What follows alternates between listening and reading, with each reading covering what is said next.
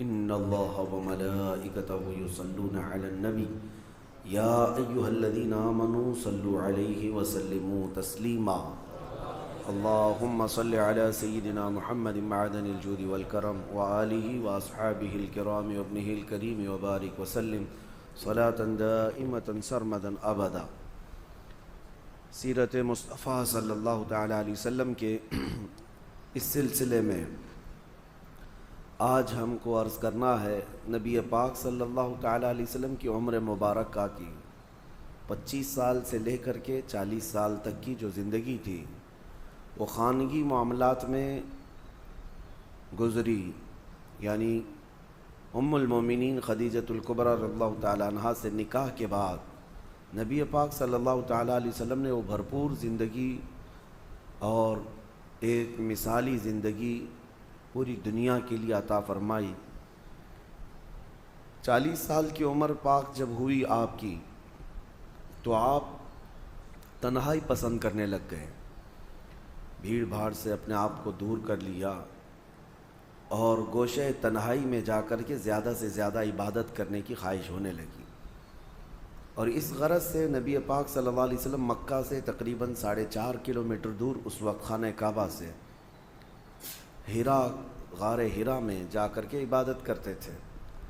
ہیرا یہ جبل نور ایک پہاڑی ہے، اس پہاڑی کے اوپر ایک غار ہے، یہ تقریباً 3000 فٹ اونچا ہے۔ سب سے اوپر کی چوٹی پر جا کر نبی پاک صلی اللہ علیہ وسلم تنہائی اختیار کرتے تھے۔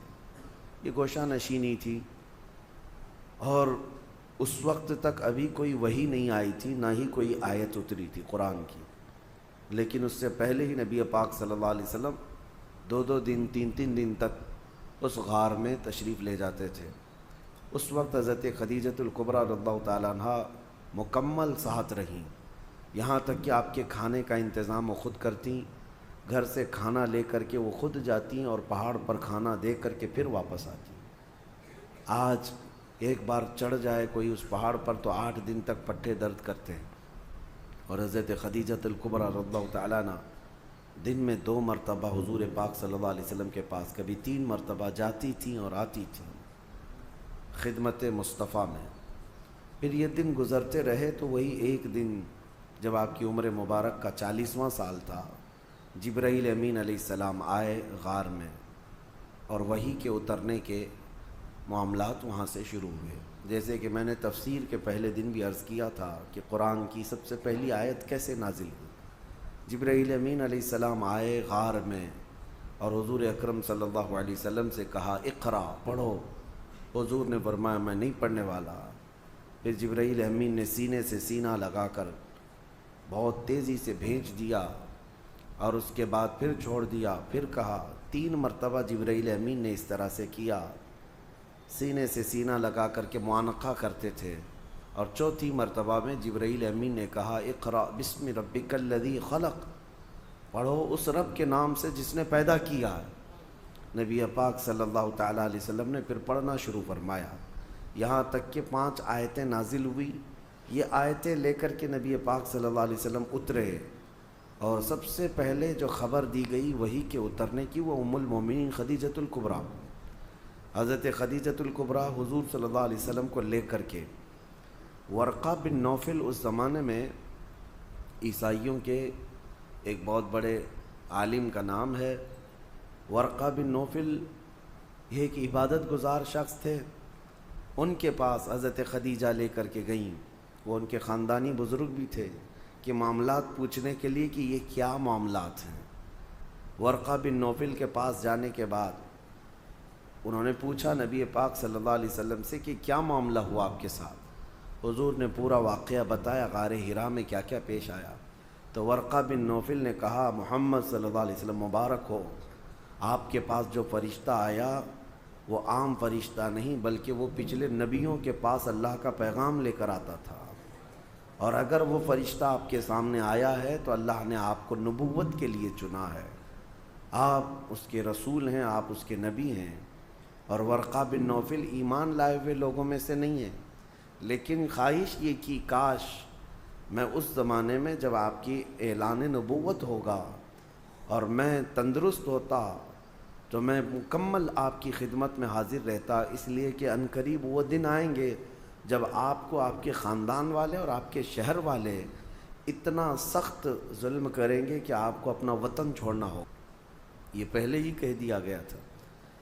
تو نبی پاک صلی اللہ تعالیٰ علیہ وسلم وہاں سے آئے.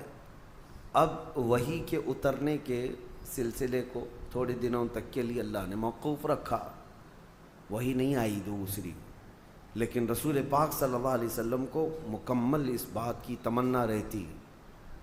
اس وحی کے انتظار میں حضور صلی اللہ علیہ وسلم سرگرداں رہتے، کیونکہ ایک بار جو پیغام محبت آیا ہے اس پیغام محبت کو دوبارہ سننے کا شوق.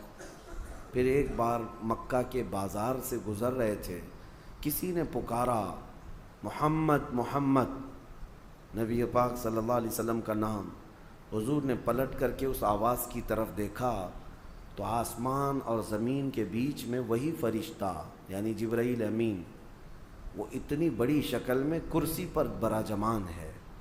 نبی پاک صلی اللہ علیہ وسلم نے پہلی مرتبہ یہ منظر دیکھا جبرائیل کو اس حالت میں، تو اس کے بعد آسمان اور زمین پورا اس فرشتے سے بھر گیا ہے، جبرائیل امین سے.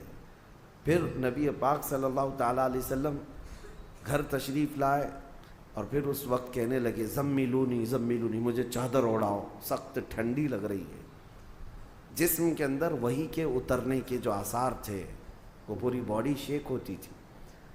اس کے بعد آپ گھر میں لیٹے تھے، اسی حالت میں جبرائیل امین نے 19 آیتیں لے کر کے حضور اللہ تعالیٰ کی طرف سے پہنچایا.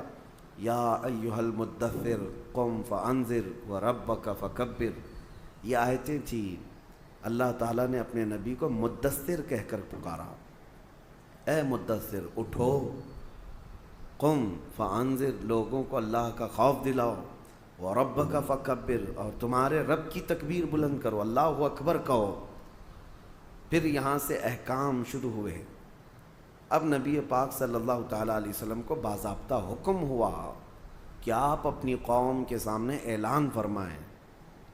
اور اس سے پہلے اللہ تعالیٰ نے ایک حکم یہ فرمایا وَأَنذِرْ عَشِيرَتَكَ الْأَقْرَبِينَ، آپ پہلے اپنے رشتہ داروں کو اللہ کا خوف دلاؤ.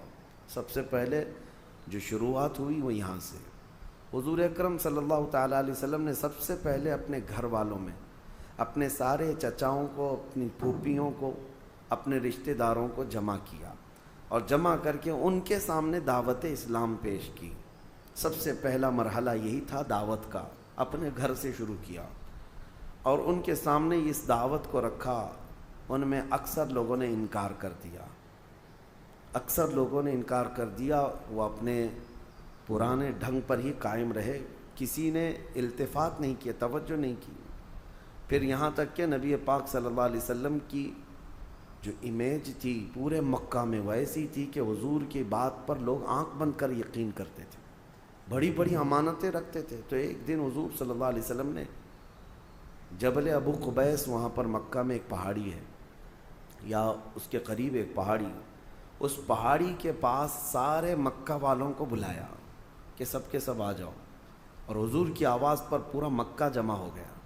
تب نبی پاک صلی اللہ علیہ وسلم نے ان سے ایک سوال کیا، کہا کیا تمہارا خیال ہے میرے متعلق اگر میں یہ خبر دے دوں کہ اس پہاڑ کے پیچھے ایک فوج ہے جو تمہیں مارنے کے لیے کھڑی ہے، تو تم کیا میری اس بات کا یقین کرو گے؟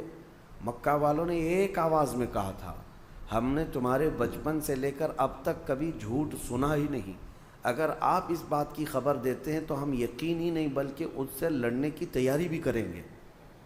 نبی پاک صلی اللہ علیہ وسلم نے فرمایا جب تمہیں میری بات پر اتنا یقین ہے تو سنو، اللہ ایک ہے اور میں اللہ کا آخری رسول ہوں، اور جن بتوں کے سامنے تم سر جھکاتے ہو یہ فضول ہے، یہ باطل ہیں. تو نبی پاک صلی اللہ علیہ وسلم کا جب یہ اعلان ہوا تو مجمع میں کھلبلی مچ گئی کہ ہمارے پرانے دین پر حملہ ہو گیا، ہمارے دھرم پر حملہ ہو گیا ہے. اور پھر اسی مجمع میں سے ایک شخص کھڑا ہوا اور اس نے سخت جملوں میں بات کہا، تباً لک یا محمد لہذا جمعتا، نعوذ باللہ. اس نے کہا برا ہو اے محمد تمہارے ہاتھ ٹوٹ جائیں کیا تم نے اس کام کے لیے ہمیں یہاں جمع کیا تھا؟ یہ بولنے والا حضور صلی اللہ علیہ وسلم کا سگا چچا ابو لہب تھا۔ حضور پاک صلی اللہ علیہ وسلم کو زندگی میں سب سے پہلا برا جملہ کہنے والا یہی شخص تھا، کیونکہ اتنے سالوں میں کبھی کسی نے انگلی بھی نہیں اٹھائی، کبھی نہ اخلاق پر بات کی، نہ کسی نے سخت لہجے میں آپ سے بات کی۔ اخلاق کریمانہ وہ اعلیٰ معیار کے تھے۔ پہلی مرتبہ اس طرح کا کڑوا جملہ اور طعن و تشنیع کے ساتھ گالی بھرا ہوا، نبی پاک صلی اللہ علیہ وسلم کے قلب اطہر پر یہ بات گراں گزری، بہت سخت ہوئی۔ لیکن اس مجمع سے حضور اکرم صلی اللہ تعالیٰ علیہ وسلم لوٹے تھے کہ ہاں تاریخ